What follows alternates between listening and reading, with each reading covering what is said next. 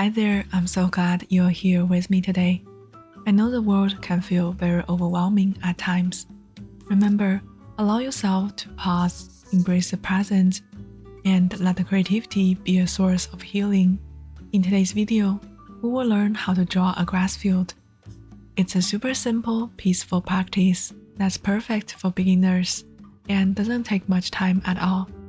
For all supplies, you will need 2 or 3 shades of green, or you can go with blues, purples, or any similar shades that you love.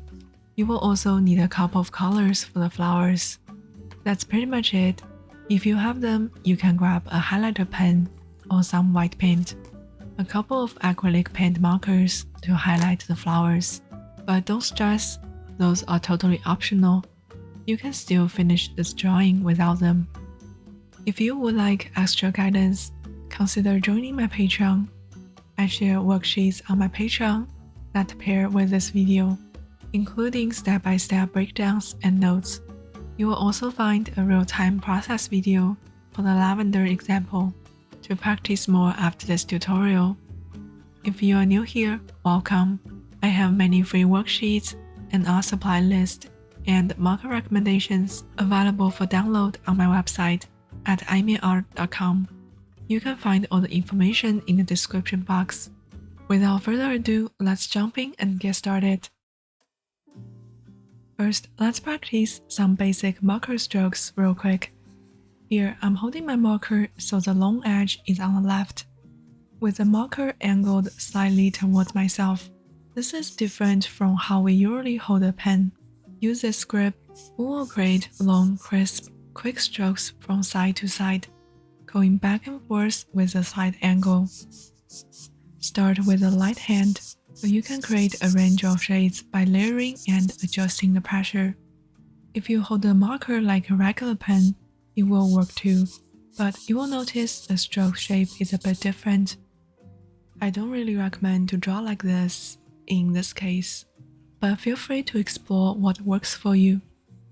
You can practice on some scratch paper using colors you don't like or don't use often. This way you can save the ink of your favorites. You can also try adding a little curve to your strokes, depending on the kind of grass field you want. For example here, when I drew a lawn for a house, I used very straight strokes, but for this natural grass field, I used the strokes with a slight curve. Feel free to keep doing this simple exercise to make you get used to this hand movement.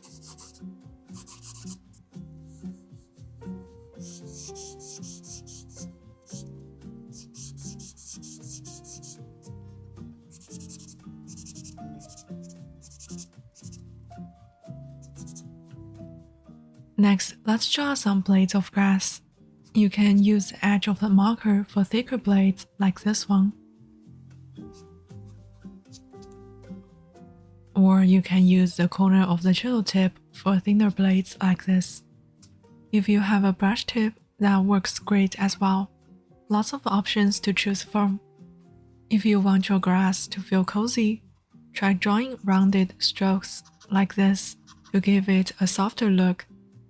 Take your time to practice, and when you're ready, we will draw a small patch of grass together.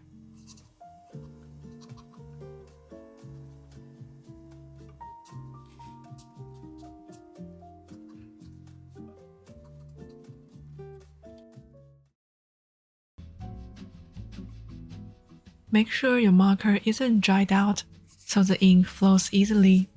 If blending feels tricky, it's most likely due to the paper you are using. Choosing the right paper is very important. I've listed all my art supplies in detail in the description box and on my website, so feel free to check those out.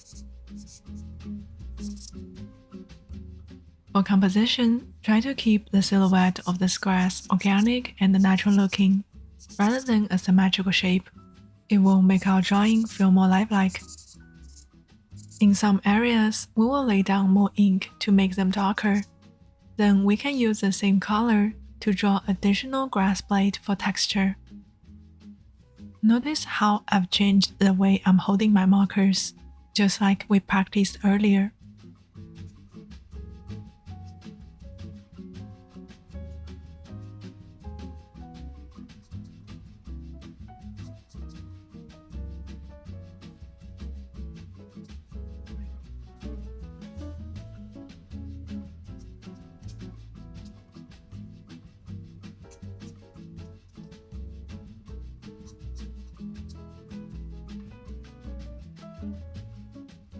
At this point, the first layer of ink has dried a little bit, so we can keep layering more ink to add dark values in a few areas.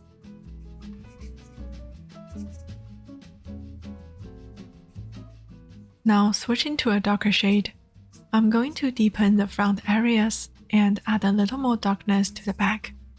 The reason for this is something called atmospheric perspective. You can take a look at some picture of grass field.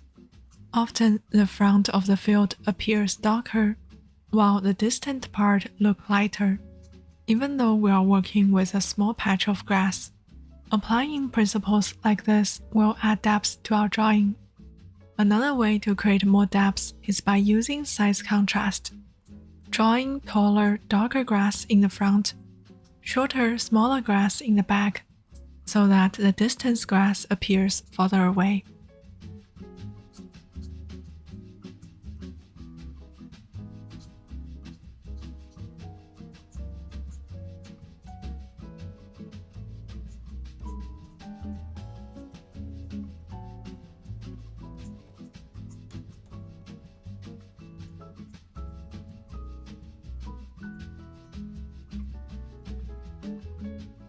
To draw flowers, another method is to save the white space first, which makes the colors pop more vibrantly.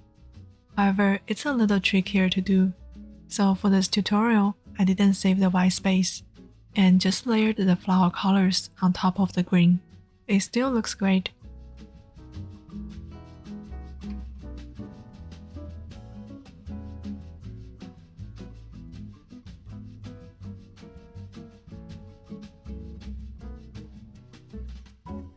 Now let's use a third shade of green to add more details. Try not to make the grass too even everywhere. Some areas can be denser, some thinner. Play with that loose to dense variation to create a nice contrast.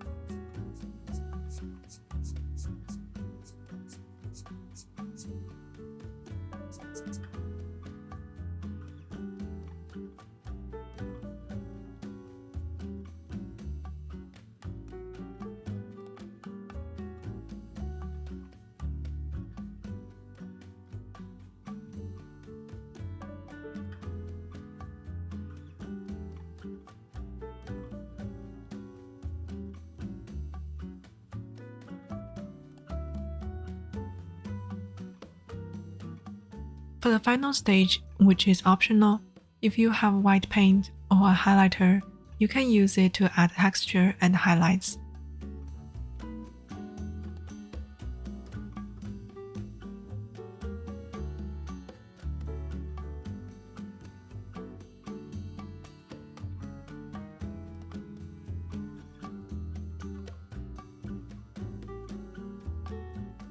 If you want your flower to really stand out, you can use an acrylic marker or even watercolor paint. Just make sure not to add any water and simply draw your flowers. Take your time tweaking the small details, and before you know it, you will have a cute little patch of grass. If you would like more practice, I've posted the lavender example process on my Patreon. You will also find a detailed worksheet that breaks down the steps and includes more notes explaining things I didn't have time to cover in this tutorial. Thank you so much for watching. I really hope you enjoyed this video and found it relaxing and fun. Remember, it's totally okay if your first try doesn't turn out exactly how you want it to. The more we practice, the better we will get, I promise. It's all part of the process, and each time we try, we will improve. Just take it easy on yourself and enjoy the moment. Creativity isn't about being perfect. It's about letting yourself explore and express what's inside. If you liked this video, please give it a thumb up and don't forget to subscribe. It really helps me keep going and creating more content here. If you have any questions, don't hesitate to leave a comment. A huge shout out to all my YouTube and Patreon members. Your support means so much to me and allows me to keep creating content like this. Thank you so much for being part of this amazing community. I will see you in the next video.